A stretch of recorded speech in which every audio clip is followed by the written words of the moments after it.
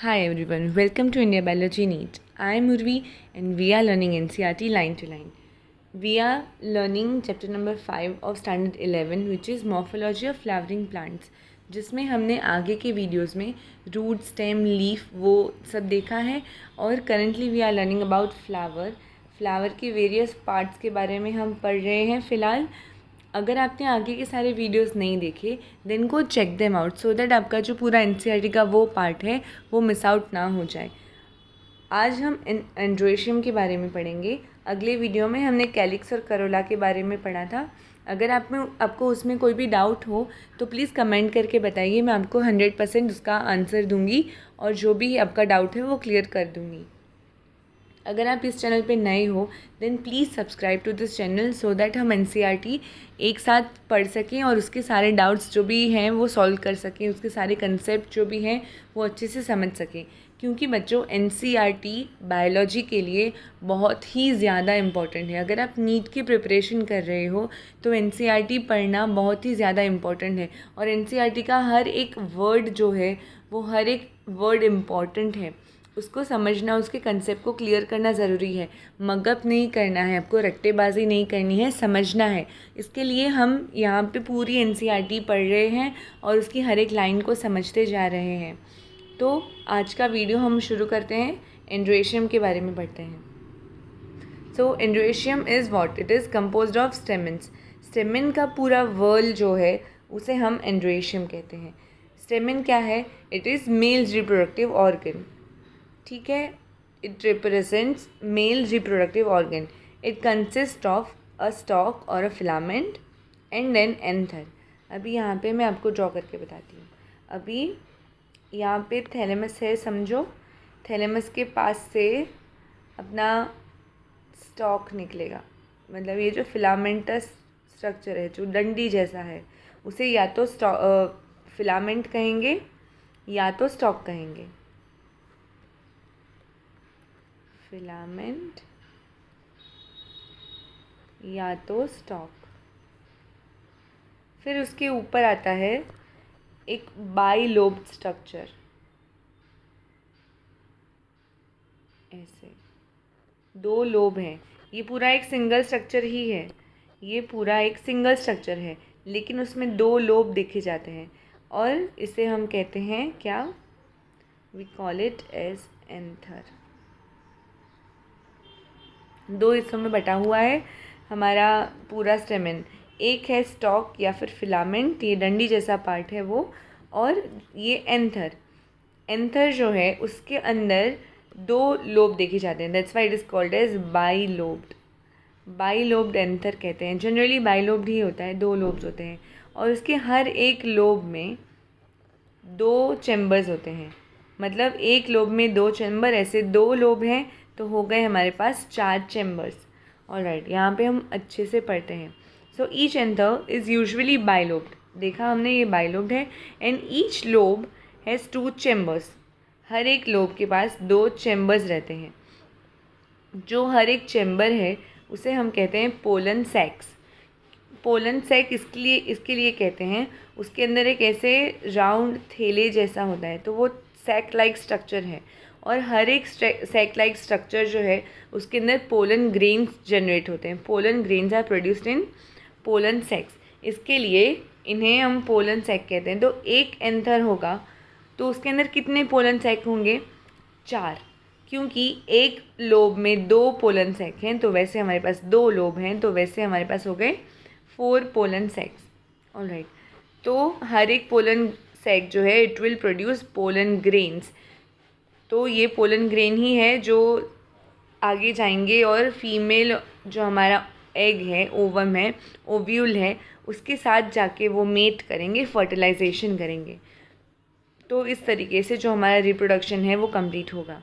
लेकिन कुछ कुछ स्टेमेन वैसे भी होते हैं जो पोलन ग्रेन जनरेट नहीं करते। जनरली उसमें पोलन ग्रेन जनरेट नहीं होते तो उसे हम स्टेराइल स्टेमेन कह सकते हैं। स्टेराइल स्टेमेन के लिए एक अलग नाम है विच इज़ स्टेमिनोड।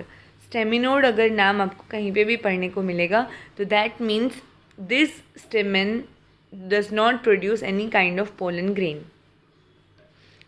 अभी आगे यहाँ पे स्टेमन के कैसे कैसे उसका अरेंजमेंट है वो बता रहे हैं। Stamen of flower may be united with other members such as petals, या फिर they are united with themselves only. या तो पेटल वगैरह जैसे हैं उनके साथ में वो यूनाइट हो जाएगा, फ्यूज़ हो जाएगा, या फिर खुद में ही फ्यूज़ हो जाएगा। तो कैसे होता है एक फ्लावर का स्ट्रक्चर? सबसे पहले निकलेगा हमारा ये सेपल, फिर उसके ऊपर ये हमारा पेटल, पेटल के साथ मतलब पेटल के नेक्स्ट क्या होगा हमारा स्टेमन, स्टेमन के फिर यहाँ पे हमारा ओवरी वाला ये गाइनोएशियम होगा, कार्पेल होगा। तो सेपल जो ये पेटल है उसके साथ में हमारा स्टेमन जॉइंट हो सकता है, फ्यूज़ हो सकता है, तो उसे हम कहेंगे epipetalous.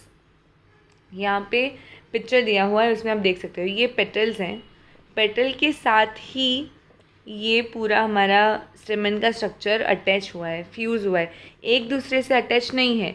They are fused with, they are united with petals, that's why they are called as epipetalous। और उसका एग्जाम्पल है ब्रिंजल। ब्रिंजल में इस तरीके के स्टेमन देखे जाते हैं जो पेटल से जॉइंट हुए होते हैं, या फिर वो अटैच हो सकता है विथ पेरियंथ, तो एपीफाइलस कह सकते हैं जब वो अटैच होता है पेरियंथ से। पेरियंथ वर्ड जहाँ पे भी आया तो उसमें आप याद करो क्या हमने आगे पढ़ा था, तो वो लिली में होता है, लिली या फिर पूरी जो लिलियेसी फैमिली है उसमें देखने को मिलता है हमें पेरियंथ। तो पेरियंथ के साथ जब स्टेमन फ्यूज्ड होगा या फिर यूनाइटेड होगा तभी उसे हम कहते हैं एपीफाइलस। अभी दूसरा टाइप हमने देखा कि खुद में फ्यूज़ हो सकते हैं, लेकिन ज़रूरी नहीं है कि सारे के सारे जो भी टाइप्स ऑफ स्टेमन हैं वो फ्यूज्ड ही हों किसी ना किसी से। They can be free from each other, तो उसे हम कहेंगे पॉलीएंड्रस। पॉलीएंड्रस मतलब एक से ज़्यादा स्टेमन है लेकिन they are not fused with anyone, they are free, so उसे हम कहते हैं पॉलीएंड्रस। और यूनाइटेड होंगे तो उनमें 3 टाइप्स हैं हमारे पास। अगर फ्री है तो पॉलीएंड्रस है, लेकिन यूनाइटेड है तो 3 टाइप्स हैं हमारे पास। One is monadelphous, second is diadelphous and third is polyadelphous. तो इसका हम एग्जाम्पल पिक्चर्स के साथ देखेंगे।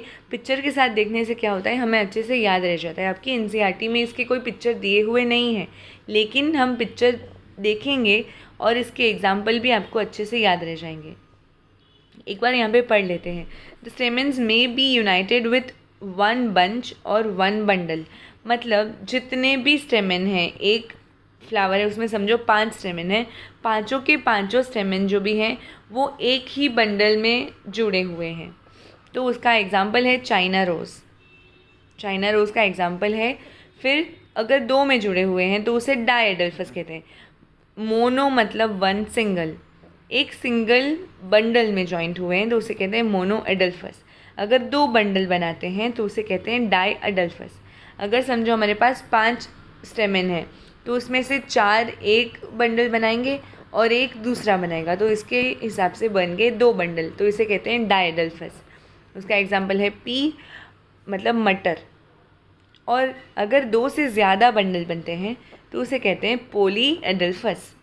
अभी इसका एग्जाम्पल हम पिक्चर के उसमें से देख लेते हैं। देखो ये है हमारा चाइना रोज़। चाइना रोज़ में ये बहुत सारे इनडिफाइनाइट नंबर के इसके पास स्टेमन होते हैं, लेकिन they are making 1 single bundle, मतलब एक ही ऐसा ट्यूब जैसा बनाते हैं और उसमें से ये एंथर का हेड है वो बाहर निकलेगा। जो उसके सारे फिलामेंट है वो एक ही बंडल में फ्यूज़ हुए हैं, फिर उसमें से सिर्फ एंथर हेड्स हैं वो बाहर निकलेंगे। दिस इज़ चाइना रोज़।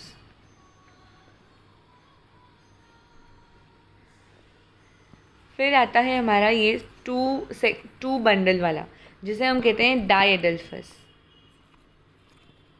डाइएडल्फस किस में देखने को मिलता है? इसका एग्जाम्पल है पी। एक काम करती हूँ मैं यहाँ पे लिख ही देती हूँ। ये है हमारा चाइना रोज़, चाइना रोज़। इसका आप स्क्रीनशॉट ले लो, आपकी जहाँ पे भी सेव करना है कर लो। And this is monadelphous. फिर हमारा दूसरा ये पी है, पी में कैसा देखने को मिलता है? पी में हमें देखने को मिलता है डायएडल्फस। ओके, डायएडल्फस। तो इसमें देखो यहाँ पे काफ़ी सारे हैं, पर वो एक साथ जुड़े हुए हैं, उसके फिलामेंट्स एक साथ जुड़े हुए हैं। तो ये नंबर 1 बंडल हो गया, और एक ये सिंगल, ये दूसरा निकला हुआ है। तो नंबर 1 और नंबर 2 ऐसे 2 बंडल्स बन गए। That's why it is called as diadelphous. फिर यहाँ पे देखो, ये है लेमन का flower. This is lemon flower, मतलब सिट्रस। जो भी सिट्रस फ्लावर्स होंगे, जितने भी सिट्रस हैं, उन सब में हमें देखने को मिलता है क्या? पॉलीएडल्फस। पॉलीएडल्फस देखने को मिलता है। हाउ? तो देखो यहाँ पे एक बंडल है, दूसरा बंडल, तीसरा, चौथा, पांचवा, छठा, ऐसे करके बहुत सारे बंडल्स ऑफ स्टेमन बने हुए होते हैं। तो it is called as polyadelphous. इसके अलावा एक और भी टाइप देखने को मिलता है, एक और भी अरेंजमेंट देखने को मिलती है एंड्रोएशियम की या फिर स्टेमेंस की। वो क्या है? The variation in length. मतलब जो हमारा स्टेमन है उसकी लेंथ किससे बनती है? स्टेमन की लेंथ है वो बनती है फिलामेंट या फिर स्टॉक से।